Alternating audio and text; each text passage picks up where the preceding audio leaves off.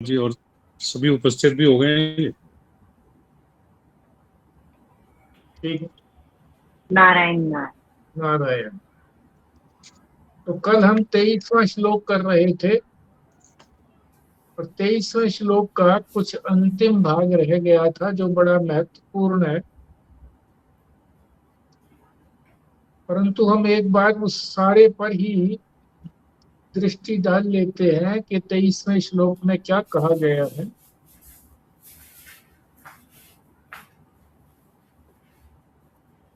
तेईसवें श्लोक में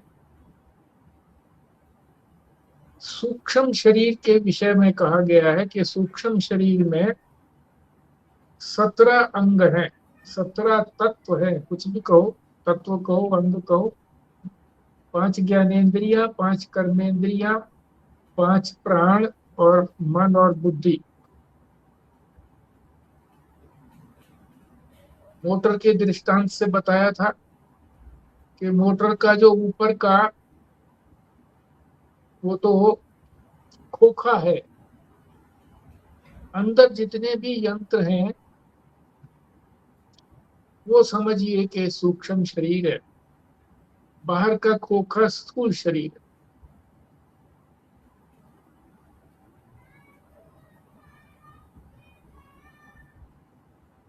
तो सूक्ष्म और स्थूल शरीर की क्या परिभाषा है कि स्थूल शरीर तो इंद्रियों से अनुभव में आता है और सूक्ष्म शरीर जो है वो इंद्रियों से अनुभव में नहीं आता। यही स्थूल और सूक्ष्म शरीर की अलग अलग पहचान है। इतना बता करके कि ये स्थूल और सूक्ष्म की पहचान तो बता दी और फिर ये भी कह रहे हैं कि सूक्ष्म शरीर जो है वो अनुभव में नहीं आता, पर शंका होती है कि हमें तो अनुभव में आता है। तो 6 शंकाएं यानी 5 तो शंकाओं का निराकरण किया जाएगा और एक अंत में जो है वो निष्कर्ष निकाला जाएगा, छठा। इनको क्रम से हमने समझना है। पहली शंका ये हुई कि जो प्राण है उसको सूक्ष्म शरीर में सम्मिलित किया गया है, पर प्राण को तो हम आता जाता नाक से स्पर्श के द्वारा अनुभव कर सकते हैं। बात तो ठीक कही है, पर इस शंका का समाधान ये है कि जिसको हम स्पर्श के द्वारा हाथ रख करके अनुभव करते हैं कि सांस आ जा रही है, ये तो जो अंदर प्राण है वो इस बाहर की वायु को में हलचल पैदा कर रहे हैं। वो बाहर की वायु ही हमारे को स्पर्श दे रही है। प्राण जो है वो तो अंदर ही है, वो नहीं दिख रहे, इसलिए उनका अनुभव नहीं हो रहा।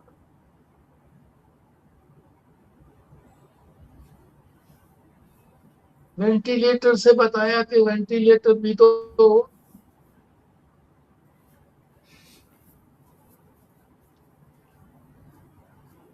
क्या करते हैं वेंटिलेटर, वो भी इस जो स्थूल वायु है इसी में हलचल पैदा करते हैं, इसी में लहर पैदा करते हैं। प्राण का संचालन वो भी नहीं करते। जब प्राण किसी प्रकार से प्रबल हो जाता है, बल वाला हो जाता है, तो फिर उसको वेंटिलेटर की आवश्यकता भी पड़ती है।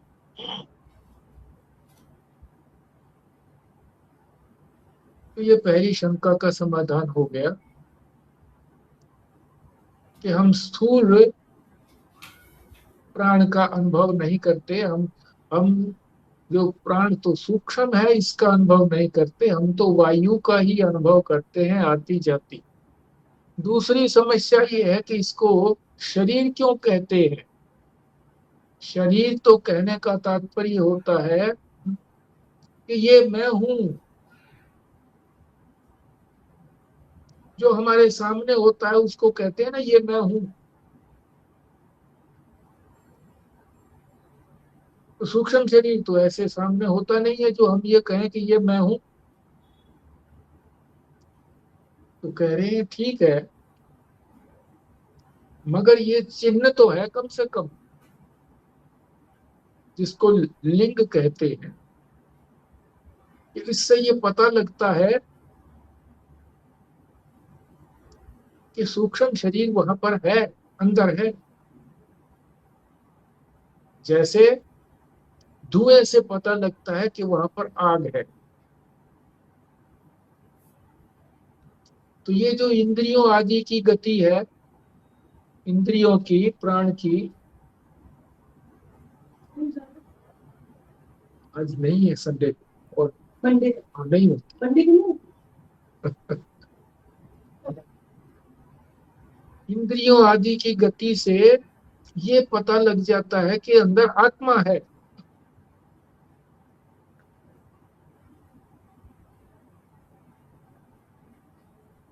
इसलिए इसको शरीर कहा जाता है, सूक्ष्म शरीर। तीसरी क्या शंका है, एक एक चीज का तो हमें पता लग जाता है।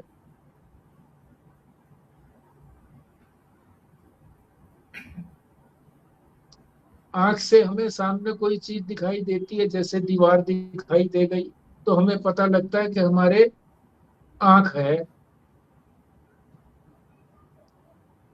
घंटे की आवाज सुनाई देती है तो हमको पता लग जाता है कि हमारे कान भी हैं।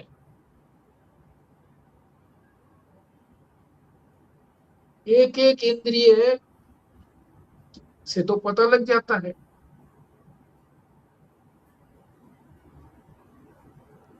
परंतु सबका जो इकट्ठापन है उसका तो नहीं पता लगता हमको।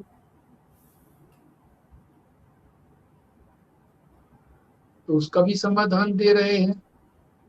क्या कह रहे हैं कि स्वप्न में सारी चीजें एक साथ दिख जाती हैं। आंख से भी चीजें दिख जाती है, कान से भी आवाज सुनाई देने लगती है स्वप्न के अंदर। खाने पीने का रस भी मिल जाता है, गंध भी वहां पर अनुभव में आती है। वो तो सारी चीजें, सारी इंद्रियां वहां पर अपने कार्य को करती हुई दिखाई देती हैं। कहाँ, स्वप्न में। फिर किसी ने कहा कि ये तो कल्पना हो सकती है। तो कल्पना के लिए कहा कि कल्पना तभी होती है जब कोई सच्ची चीज हो, उसी के ऊपर तो कल्पना वाली चीज को रखा जाएगा। सच्ची चीज क्या है, अधिष्ठान। जैसे रस्सी जो है वो सच्ची चीज है, रस्सी अधिष्ठान है, और उस पर जितनी भी कल्पनाएं होती हैं, प्रतीतियां होती हैं कि माला है, सर्प है, धरती की पाट है, जो भी कुछ है, वो सारी उसके ऊपर, अधिष्ठान के ऊपर है। तो अगर अधिष्ठान है वहां पर, स्वप्न के अंदर पता लग गया अधिष्ठान है, तो फिर ज्ञान हो जाना चाहिए था स्वप्न के अंदर ही। पर हम जब जगते हैं तो वो चीजें तो नहीं रहती,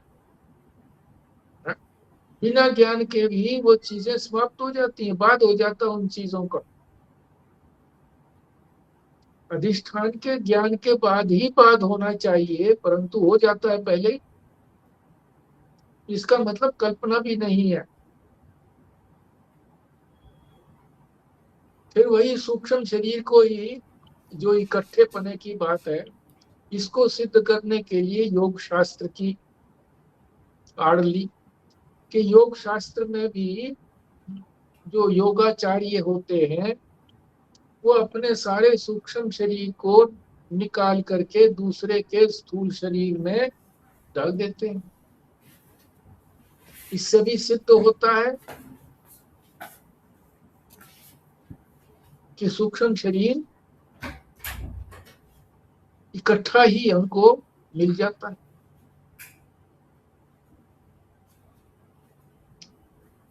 फिर आगे ये भी बताया कि स्वर्ग में ये शरीर तो, स्थूल शरीर तो जाता नहीं है, सूक्ष्म शरीर ही जाकर के भोग करता है।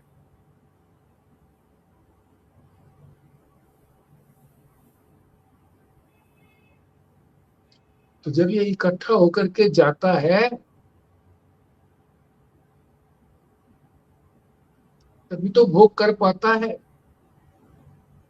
तो इसीलिए सूक्ष्म शरीर को इकट्ठा मानना पड़ेगा कि सूक्ष्म शरीर है, केवल अकेली अकेली इंद्रियां नहीं है, इकट्ठी है। फिर चौथी शंका क्या आई?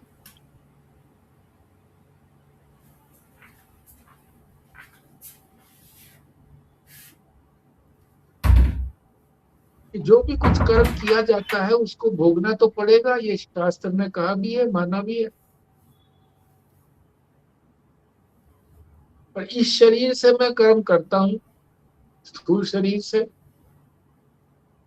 और ये शरीर तो यहीं रह जाता है, जल जाता है, या दबा दिया जाता है, या बहा दिया जाता है।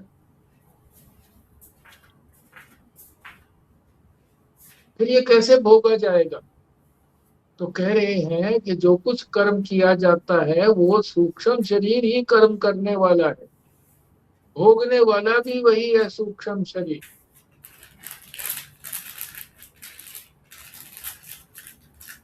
तो जिसने किया वही भोगेगा।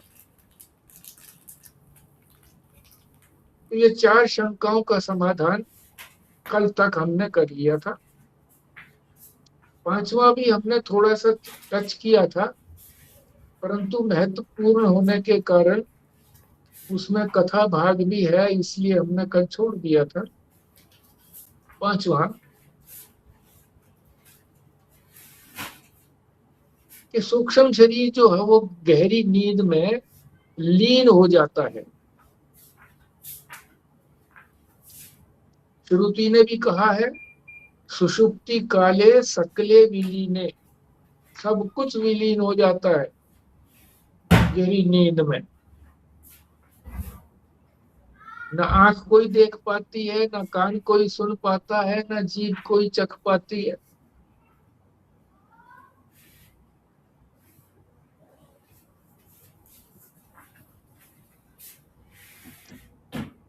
इसका मतलब है सूक्ष्म शरीर वहां पर नहीं रहा।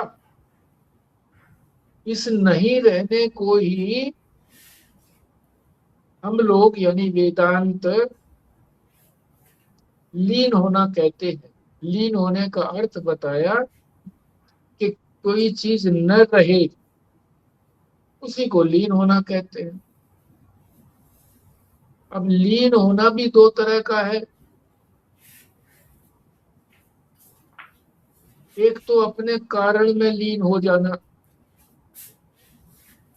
जैसे मिट्टी में, जो मिट्टी के खिलौने हैं वो मिट्टी में लीन है, टूटेंगे तो मिट्टी में जाएंगे, मिट्टी तो कारण है, उसी से निकले हैं।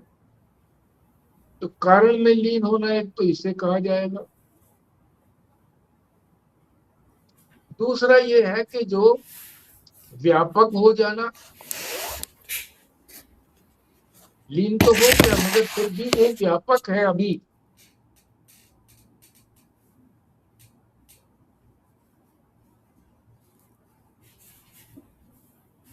उस व्यापक को यहां समझाएंगे कथा से। क्या छांदोग्य उपनिषद में कथा आई है कि गुरु अपने शिष्य को ब्रह्म की व्यापकता बता रहा है।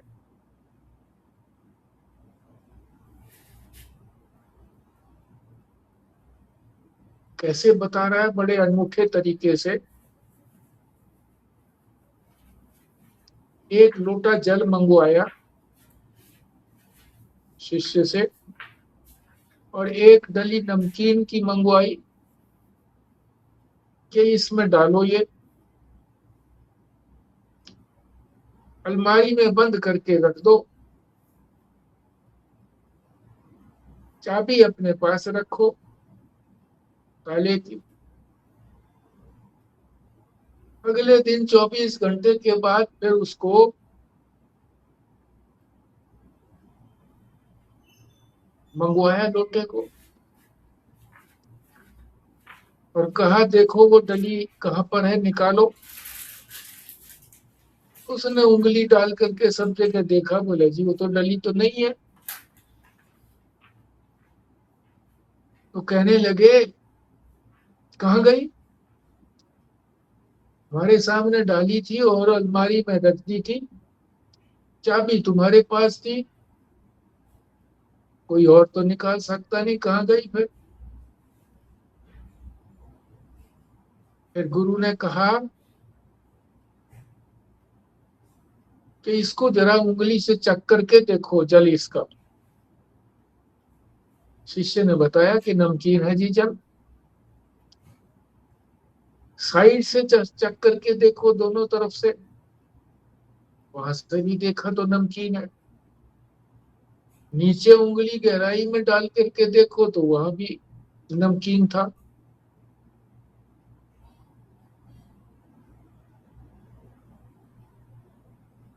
तो फिर गुरु ने शिष्य को बताया कि ये सब में व्यापक हो गया है, घुल गया है। जो नमक की डली थी वो डली रूप में तो नहीं दिख रही, परंतु वही नमक जो है वो सारे जल में व्यापक हो गया है।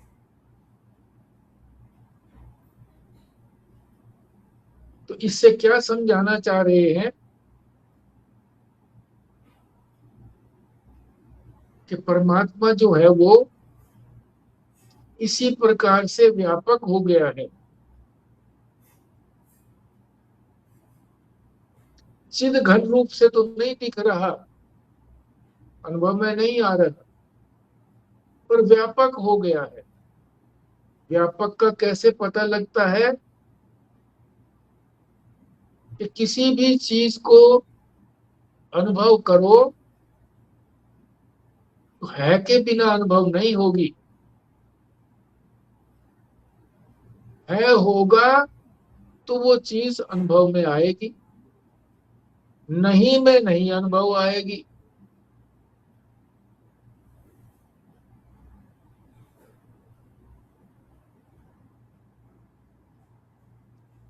कुछ भी अनुभव में कर लो, कोई बदबू आई, कोई आंख से चीज दिखी,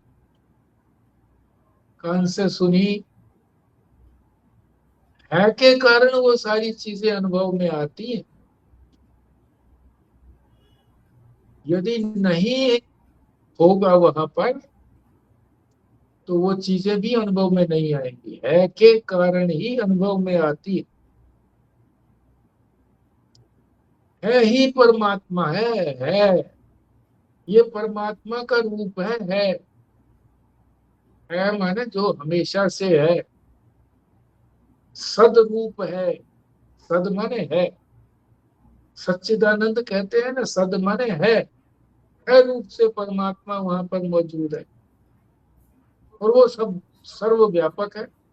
जैसे पानी में, सारे पानी में नमक की डली नहीं दिख रही है मगर नमकीन पना है, इसी तरीके से सारे ब्रह्मांड में है रूप से प्रतीति हो रही है। जिसकी भी प्रतीति होती है वो है रूप के कारण प्रतीत होती है, नहीं के कारण नहीं प्रतीत होती है।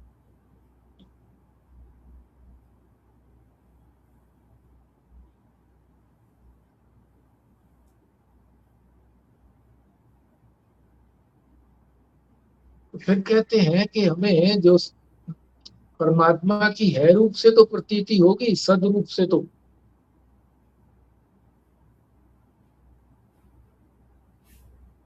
चिद रूप से भी हम जान लेते हैं कि भाई हाँ मैं जानता हूं, पर आनंद और अनंत रूप से हमको प्रतीति नहीं होती है। व्यापक रूप से के बाद परमात्मा व्यापक है, हर वस्तु जो है वो परमात्मा के अंदर है ऐसा नहीं मालूम देता कि परमात्मा ही सब जगह है। और ये नाम रूप जो है ये नहीं है, ये केवल प्रतीति मात्र है। ये व्यापक रूपता जिसको अनंतता कहते हैं, अनंतता, ये अनुभव में नहीं आता। और जब तक वो अनंत अनुभव में नहीं आता तब तक हमको आनंद भी पूरा नहीं मिलता। जब कोई और होगा ही नहीं,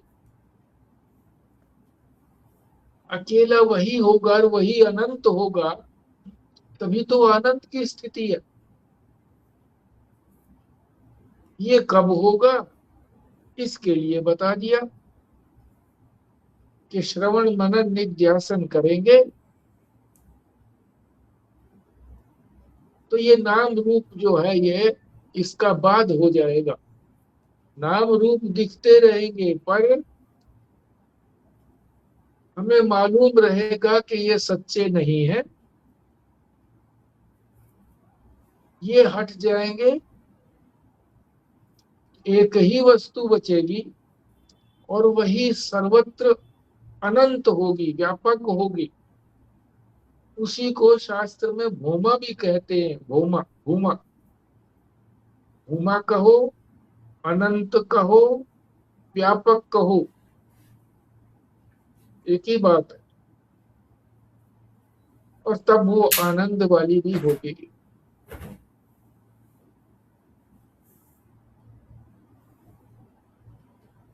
तो ये जो था छठा जो था ये समाधान रूप था, जिस चीज को बताना चाह रहे थे कि सूक्ष्म शरीर जो है उस अनंत परमात्मा का लिंग शरीर है ये, जो हमें आत्मा में अनुभव होता है। और जब आत्मा और परमात्मा की एकता हो जाती है तभी जो है अनंत आनंद भी प्रकट होता है। इस प्रकार से हमारा ये 23वां श्लोक की पुनरावृत्ति भी हो गई और जो कुछ अंश बचा था उसको भी हमने समझ लिया। हाँ जी, इसमें किसी को कोई शंका हो, चर्चा करना चाहे तो चर्चा करें। ये पूछना था कि ये जो सूक्ष्म शरीर है, ये क्या ये भी बाद में आत्मा में लीन हो जाता है या परमात्मा में लीन हो जाता है, अनंत परमात्मा में? क्योंकि अभी तो हमें अलग-अलग बाउंड्रीज दिख रही है ना कि एक सूक्ष्म शरीर है, एक स्थूल शरीर है, एक अलग से कोई परमात्मा है। तो जब ज्ञान हो जाएगा तो ये सूक्ष्म शरीर भी उसमें मिल जाएगा या किस स्टेज पे ऐसा होगा कि उसमें लीन हो जाएगा? ज्ञान होने पर कुछ रहता ही नहीं है, न स्थूल शरीर रहेगा, न सूक्ष्म रहेगा, न कारण रहेगा। कारण से ही सूक्ष्म शरीर निकला है, सूक्ष्म शरीर से स्थूल शरीर निकला है। कारण का मतलब है अज्ञान। तो जब अज्ञान दूर हो जाएगा, किसका, अपना अज्ञान या परमात्मा का अज्ञान, जब अज्ञान दूर हो जाएगा तो कुछ भी नहीं बचेगा। ये संसार जो है ये अज्ञान की दशा में ही हमको प्रतीत होता है। जो ज्ञानी है उसको ये प्रतीति अगर होती भी है तो वो मिथ्या प्रतीति होती है, बाद रूप से इसको जानता है कि ये है नहीं, झूठा। अगर किसी को कारण शरीर का पता लग गया, ज्ञान हो गया, कि कारण शरीर तो है नहीं, या अज्ञान की निवृत्ति हो गई सिर्फ कारण शरीर की, तो अपने आप ही स्थूल और सूक्ष्म की भी निवृत्ति हो जाएगी, क्योंकि जब उसका ओरिजिन ही खत्म हो गया तो फिर जहाँ से ये दोनों निकले हैं वो भी खत्म ही हो जाएंगे। बिल्कुल खत्म हो जाएगी। तो फिर इसका मतलब ये हुआ कि तीनों का ज्ञान जो है, मतलब एक तरह से स्थूल, सूक्ष्म और कारण, तीनों एक साथ खत्म होंगे जब भी होंगे। हाँ, फिर शंका ये करनी चाहिए थी कि सीधा ही हम क्यों नहीं कारण शरीर को हाँ, सीधा। समझ लें। हाँ, हाँ, सीधा ये कारण को शंका ही हम होनी चाहिए। मतलब एलिमिनेट कर देना, फिर हम ये स्थूल और सूक्ष्म पे क्यों पड़े हुए हैं। पर फिर कारण शरीर का भी तो जो ओरिजिन है वो परमात्मा से ही हुआ है।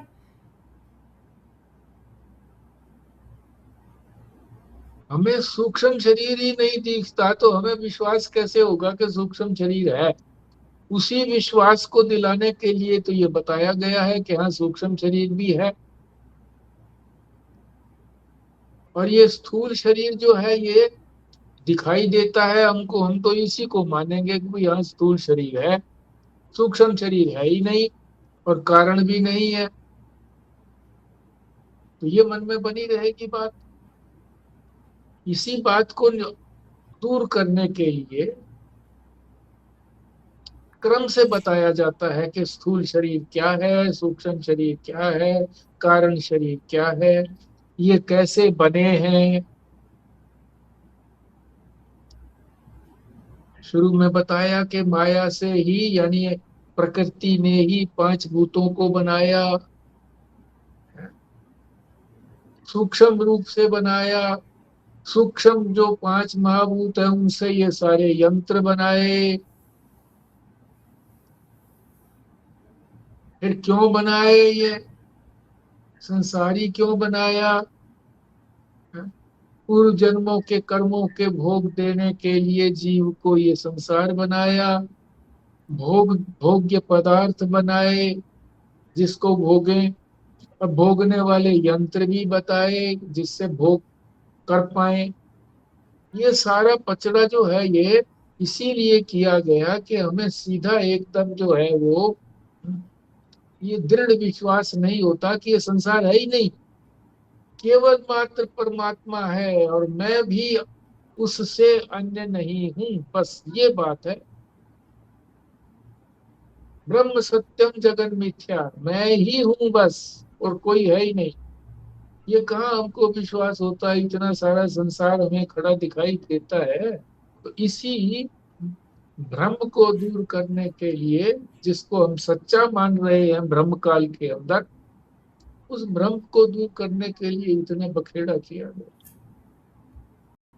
ये जो लास्ट की 3-4 लाइनें हैं ना, इसमें जो लिखा हाँ। है कि इसी प्रकार परमात्मा का सच्चितपना तुम्हें अनुभव में आता है, परंतु उसका आनंद अनंतपना नज़र नहीं आ रहा है। ये तो ठीक है। श्रवण, मनन, हम्म। निध्यासन के द्वारा जब नाम रूप बाध करके हटा देते हैं, तब अनंत आनंद स्वरूप प्रकट हो जाता है। ये बात भी ठीक है। हम्म। ये लास्ट की लाइन में समझ आई, इसीलिए इसे लिंग शरीर कहना ठीक ही है। किसे? किसकी बात कर रहे हैं? इसे कौन है?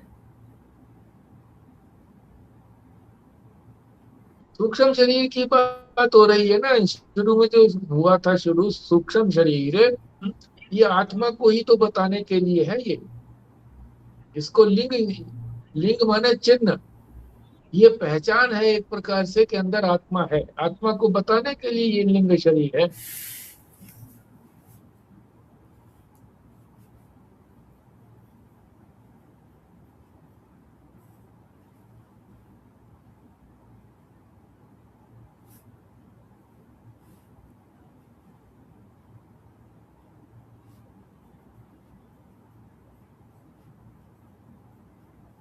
आगे चलते हैं जी, 24वें का पाठ करते हैं।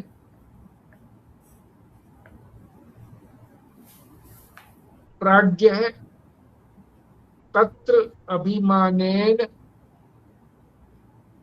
तैजसत्वं प्रपद्यते, हिरण्यगर्भताम ईशः तयोर्व्यष्टि समष्टिता।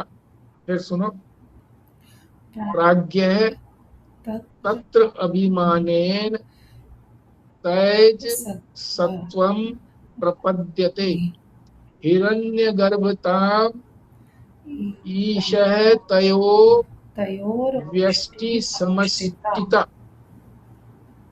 हाँ जी,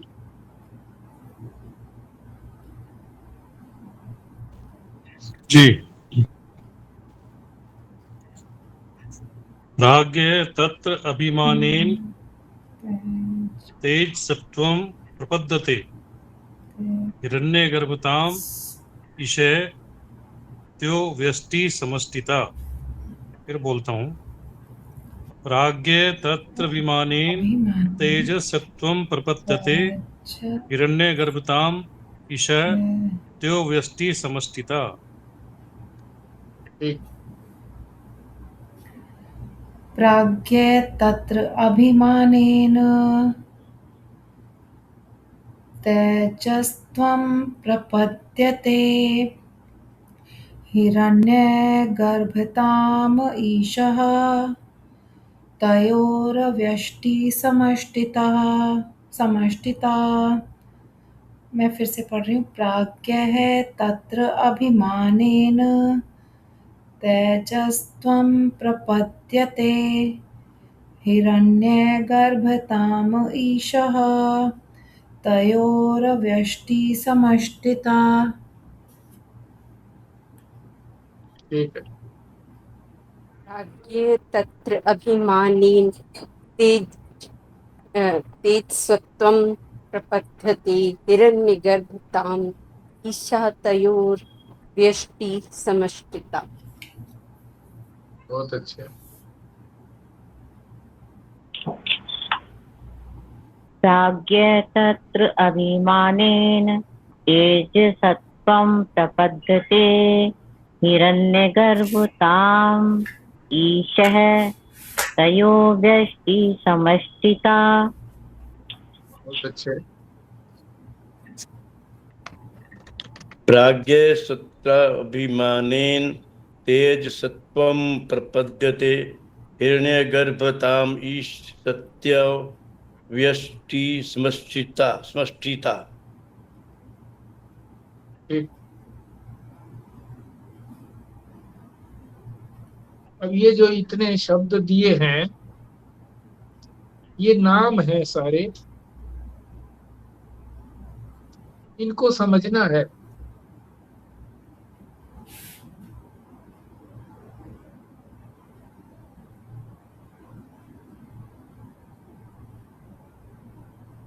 कौन कौन से नाम है? प्राज्ञ, तेजस,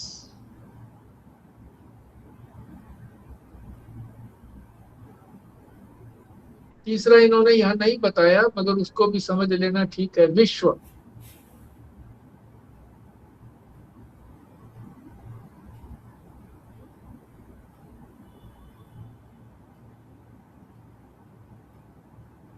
प्राज्ञ का मतलब आपने पिछले श्लोकों में समझ भी लिया था कि प्राज्ञ का मतलब है प्रय और अज्ञ, यानी प्रकृष्ट रूप से अज्ञ यानी अज्ञानी, घोर अज्ञानी। कौन है? जीव।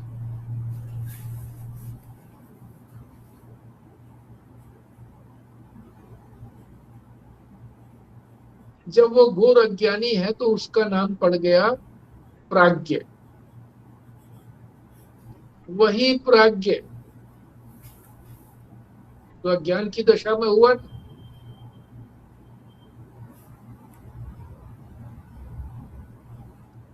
फिर सूक्ष्म दशा में उसका क्या नाम पड़ गया? उसका प्राज्ञ का ही नाम तेजस पड़ गया, तेजस।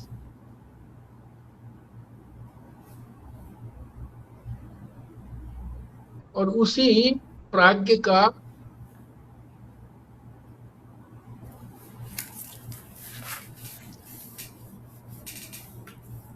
स्थूल दशा के अंदर विश्व नाम पड़ गया।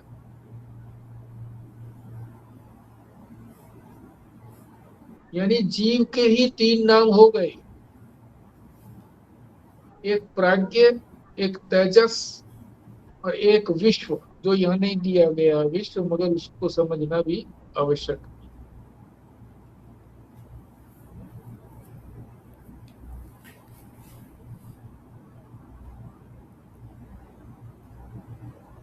इनका अर्थ भी ये ऐसे ही नाम नहीं रख दिए गए,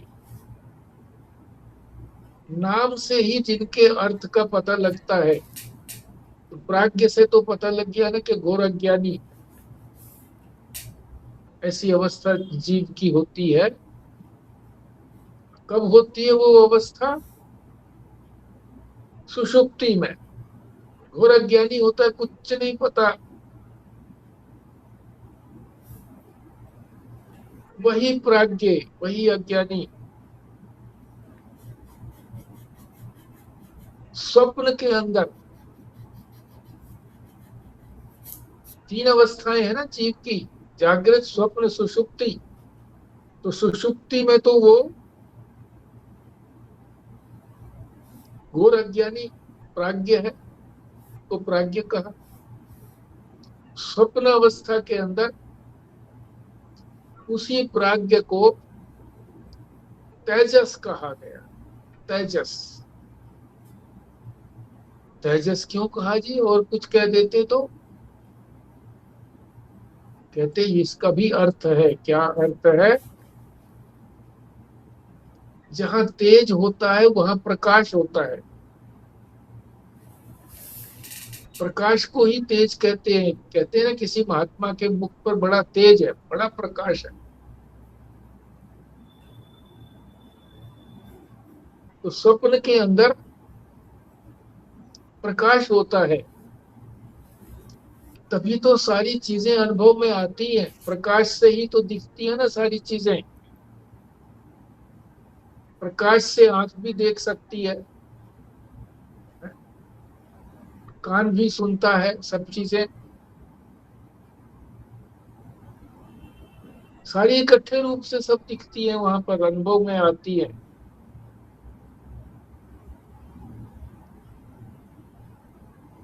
अंधेरा हो तो कोई चीज नहीं दिखती,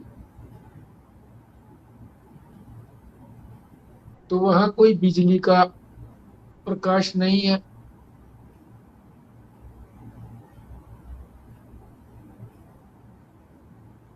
कोई सूर्य का प्रकाश नहीं है स्वप्न के अंदर, कोई चंद्रमा का, तारे का, अग्नि का कोई प्रकाश नहीं है। पर फिर भी सारी चीजें वहां पर जानी जा रही है, इसीलिए इसको तेजस बोला गया। इसका नाम भी सार्थक है, अर्थ वाला है।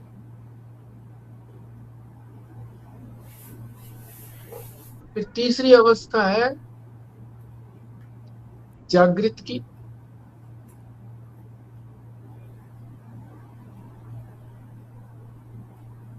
जागृत में हमारा स्थूल शरीर होता है, और किसी अवस्था में जागृत, और किसी अवस्था में स्थूल शरीर नहीं होता। न स्वप्न में होता, न सुषुप्ति में होता, जागृत में होता है स्थूल शरीर हमारा।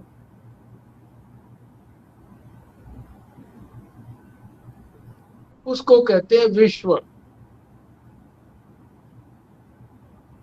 विश्व भी सार्थक है कहना कि हमको जो सारा संसार प्रतीत होता है, विश्व माने संसार, वो स्थूल होने के कारण ही प्रतीत होता है।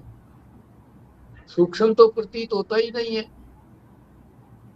अनुभव में आता ही नहीं है, ना दिखता है ना सुनता है सूक्ष्म शरीर। तो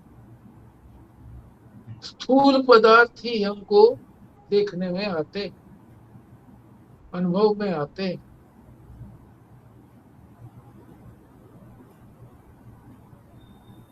उसी को विश्व कहते हैं। हमारा जो विश्व का दृष्टिकोण है वो यही है कि सारा स्थूल जो कुछ हमको अनुभव में आता है वही विश्व है। तो ये विश्व नाम भी सार्थक है। परंतु ये जो तीनों हमने समझे, तीनों अवस्थाओं के अंदर तीन प्रकार के नाम हैं, तो उसी एक के, मैं उपज्ञानी के, है तो मैं ही तीनों अवस्थाओं में। जीव को ही तो मैं कह रहे हैं, मैं अज्ञानी। ये तो समझे हमने व्यष्टि रूप से एक एक में। हमने अपने आप को अज्ञानी समझा, अपने आप को ही स्वर्ग, ये स्वप्न देखने वाला समझा, अपने आप का ही हमने स्थूल शरीर भी देखा, अपने को इसी स्थूल शरीर में सीमित माना, अपने अपने को ही इस सूक्ष्म शरीर में सीमित माना कि मेरे राग द्वेष मेरे ही है और किसी के नहीं। अपने अज्ञान को अपना ही माना। समष्टि रूप में इनका क्या नाम है? समष्टि रूप में, समष्टि कहते हैं, व्यष्टि माने एक, एक व्यक्ति, और समष्टि माने अनेक, सभी, अनेक, सब, सब मिला करके। तो सबके अज्ञानियों का जो इकट्ठा रूप है उसको क्या कहते हैं? ईश्वर। अब यह शंका आएगी, ईश्वर को अज्ञान कह दिया, उसको ईश्वर कहते हैं। और वही ईश्वर, समष्टि वाली बात हो रही है ये, वही समष्टि अज्ञान का अभिमानी, जितने भी लोगों के अज्ञान है, सारे अज्ञानों को जो जानता है, अभिमान करता है कि ये मेरे अज्ञान है, उसको ईश्वर कहते हैं। वही ईश्वर सारे अज्ञानों का जानने वाला, अहंकारी कि ये सारे अज्ञान मेरे हैं, वही जो है सूक्ष्म समष्टि के अंदर, सूक्ष्म समष्टि में, सूक्ष्मों की भी तो समष्टि है नहीं। हमारी जो सूक्ष्म बताई ये शरीर हमारा, वो तो हमारा हमारा है। मन बुद्धि चित्त अहंकार इंद्रियां आदि सभी हमारे हमारे हैं। सारे ब्रह्मांड में जितने भी सूक्ष्म शरीर हैं, सबके अपने अपने अलग अलग हैं, उन सबको मिला करके वही ईश्वर स्वप्न काल के अंदर, वो तो सुषुप्ति काल की बात थी जब वो समष्टि अज्ञानी की बात थी। अब ये स्वप्न काल के अंदर समष्टि अभिमानी को कहते हैं हिरण्यगर्भ।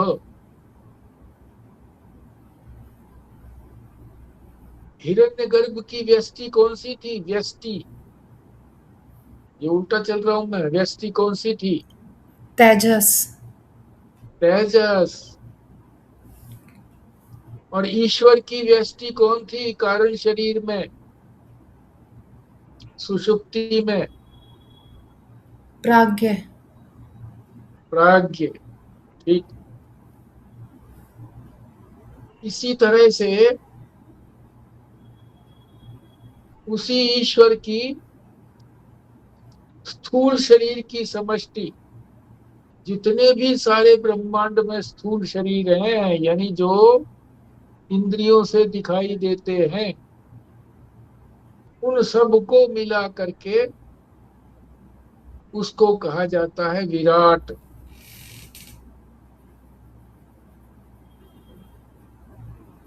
तो समष्टि में हमने तीन को समझ लिया, ईश्वर, हिरण्यगर्भ और विराट। और इन्हीं की व्यष्टि अगर हम कहें तो ईश्वर की व्यष्टि प्राज्ञ, हिरण्यगर्भ की व्यष्टि तेजस, विराट की व्यष्टि विश्व।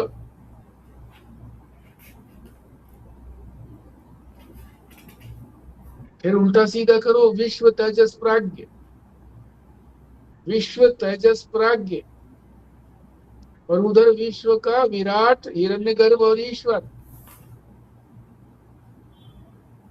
फिर बोलो, विश्व तेजस प्राज्ञ,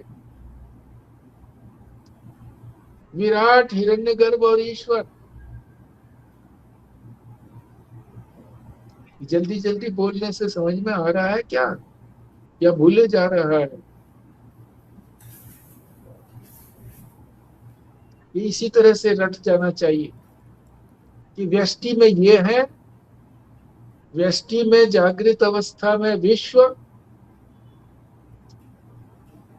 व्यष्टि के अंदर सूक्ष्म अवस्था में तेजस यानी स्वप्न में, और व्यष्टि के अंदर, सुषुप्ति के अंदर प्राज्ञ, और समष्टि के अंदर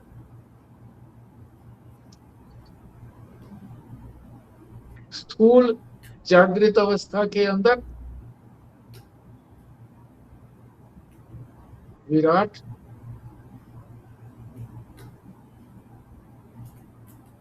और स्वप्न के अंदर समष्टि में हिरण्यगर्भ, और सुषुप्ति के अंदर समष्टि में ईश्वर। अब ये सबके नामकरण हो गए। जो व्यष्टि के अंदर विश्व तेजस प्राज्ञ के नाम थे, उनके नाम की सार्थकता भी बता दी थी कि भाई ये अर्थ वाले हैं, ये नाम ऐसे ही अलल टप्पू नहीं रख दिए गए शास्त्र में, अर्थ बताने के लिए, अर्थ साथ साथ पता लगता है। समष्टि में सुनो इसका, समष्टि में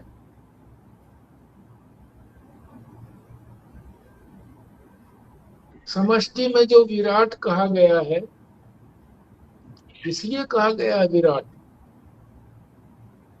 क्योंकि सारे ही स्थूल शरीरों को मिला करके,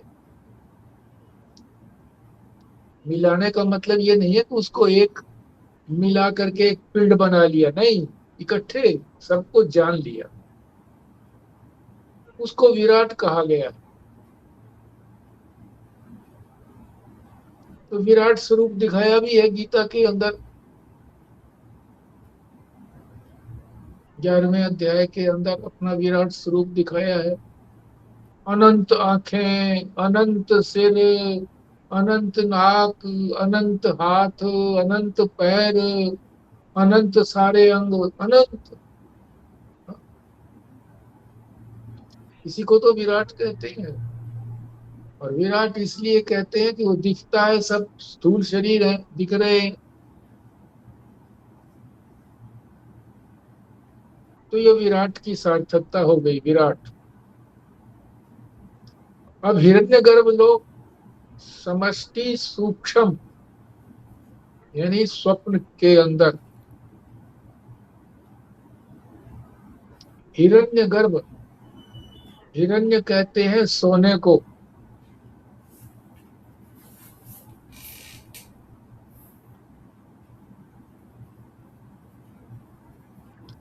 सोना जो है ये भी बड़ा विचित्र अर्थ रखता है, सोना, हिरण्य। हितम च रमणीयम च हिरण्य, यानी जो हितकारी भी हो और रमणीय भी हो। सोना हितकारी है कि नहीं है? रुपया लेकर के दूसरे देश में जाओ तो वो रुपया नहीं चलेगा।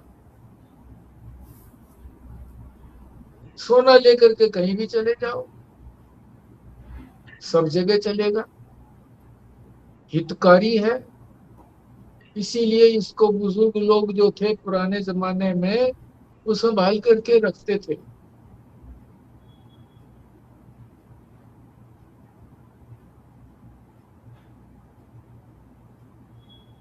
आजकल भी जो है सोने चांदी वगैरह को लॉकर में रखते हैं, पर प्रमुख आदान प्रदान जो है वो धन का, वो तो रुपये से ही होता है। तो ये हितकारी भी है।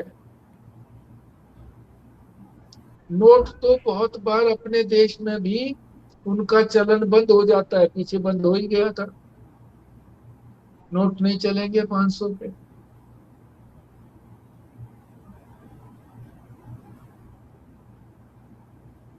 तो ये संसार भी हिरण्य है।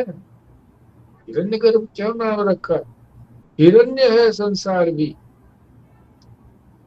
सुंदर लगता है, जैसे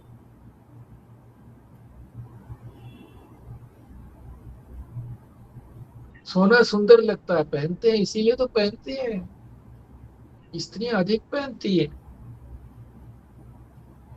सुंदर लगता है। हिरण्य माने सुंदर भी और हितकारी भी। तो हितकारी तो बता ही दिया कि जरूरत पड़ने पर काम आता है। जरूरत पड़ने पर बिजनेस में घाटा हो गया तो पत्नी कहती है मेरे पास ये है, लो काम ले लो। हितकारी है और सुंदर भी है। इसी तरह से संसार भी सुंदर भी है, बड़ा सुंदर है। तभी तो बार बार जब शास्त्र कहता है, सदगुरु कहता है कि इस संसार की तरफ आकर्षित मत हो, इससे मन को हटा करके परमात्मा की तरफ लगाओ, मगर नहीं लगता। क्यों? सुंदर है। सुंदरता से मन कैसे हटेगा? सुंदर मुखड़ा किसी का देखा युवती का जाए तो उधर से मुंह हटता नहीं है।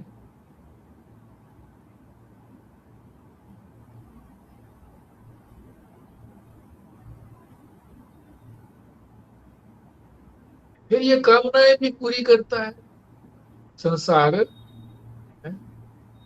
जो भी पदार्थ हैं इसके अंदर, वो कामना जब होती है तो उसको पूरी करता है, ये देता है। लो,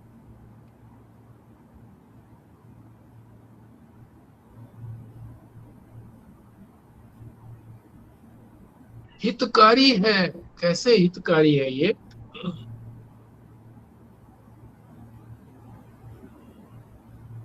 ये संसार ही तो मोक्ष तक लेकर के जाएगा। कैसे लेकर के जाएगा मोक्ष तक?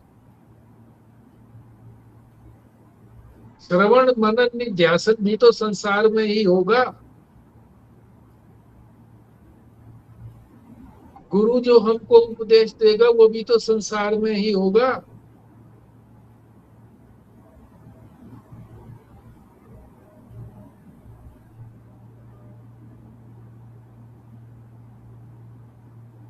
परमात्मा की पहचान भी तो पदार्थों से ही होगी।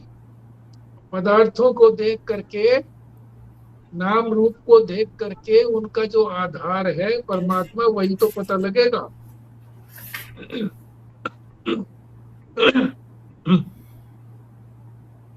अनंतता का भी उसी से पता लगता है कि संसार देखो कितना अनंत है।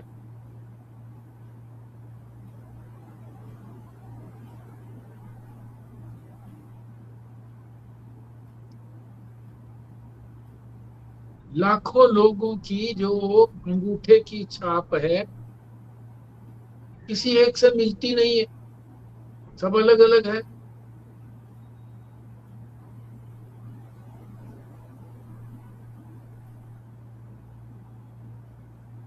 आज तक तो किसी की एक की मिली नहीं है अंगूठे की छाप। अरबों लोग हैं सारे, 8 अरब के करीब लोग सारे संसार में हैं।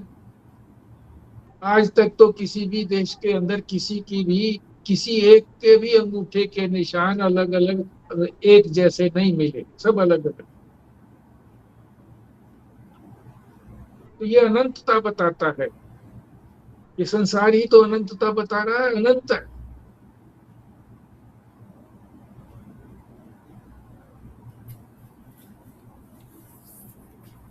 मनुष्य जो है वो साड़ियों के डिजाइन बनाता है, 5 7 10 साल में वो सारे डिजाइन फेल हो जाते हैं, दूसरा डिजाइन बनाओ।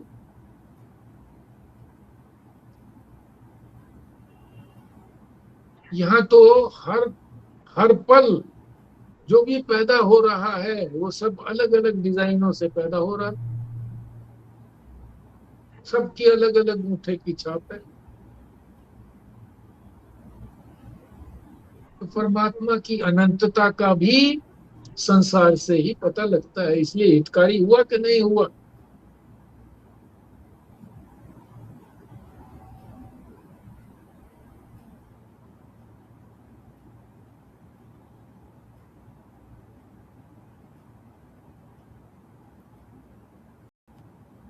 परमात्मा की अनंतता का पता लगता है,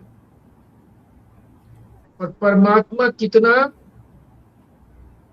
संतुलन भी बनाने वाला है ये भी पता लगता है। संतुलन, बैलेंस। हमारा तो हो गया भाई, चलो इसी को कह के फिर खत्म करेंगे। बैलेंस बनाता है, कैसे बैलेंस बनाता है, बड़े जटिल है उसको बैलेंस बनाना। कैसे? किसी आदमी ने, यानी मैंने ही समझ लो, मैंने किसी आदमी से पैसे उधार लिए, दूसरे को दे दिए, तीनों मर गए मान लीजिए। मैं भी मर गया, जिससे उधार लिए थे वो भी मर गया, जिसको दिए थे उधार लेकर के वो भी मर गया, तीनों मर गए।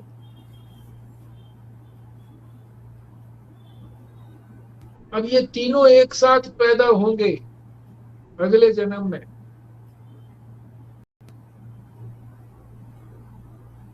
तब ये हिसाब किताब पूरा होगा।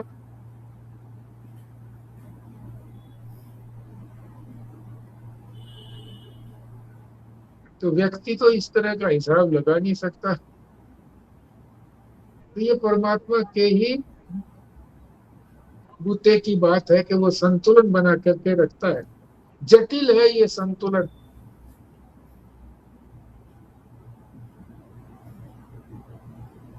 फिर ये गर्भ शब्द जो लगा दिया, हिरण्य तो ठीक हो गया, हिरण्य का तो बता दिया कि हितकारी भी है संसार और ये सुंदर भी है।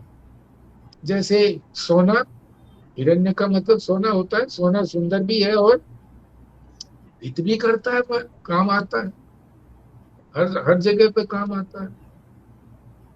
फिर गर्भ कैसे शब्द लगा दिया इसके साथ, इसको भी बताओ। गर्भ,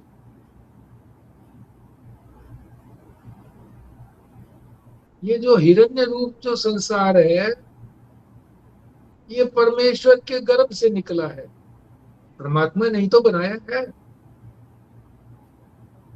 जो बनाता है उसी को तो कहते हैं ये गर्भ, उसके गर्भ से निकला है।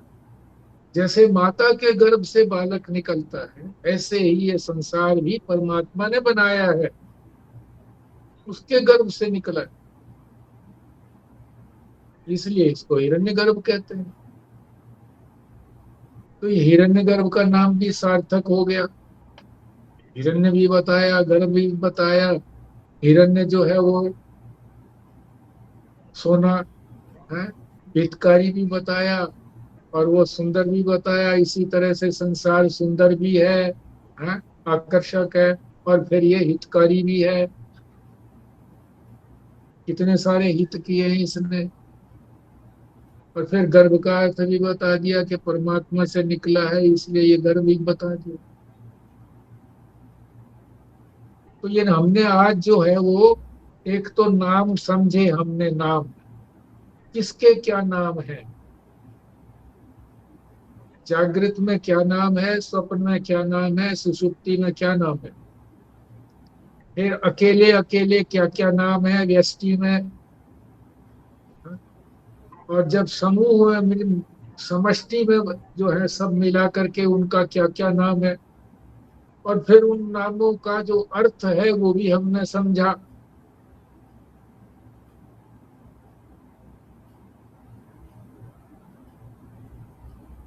तो ये अत्यंत संक्षिप्त करके समझाने का प्रयत्न किया है। कल फिर इसको ही समझाएंगे ताकि ये अच्छी तरह से आपको रट जाए।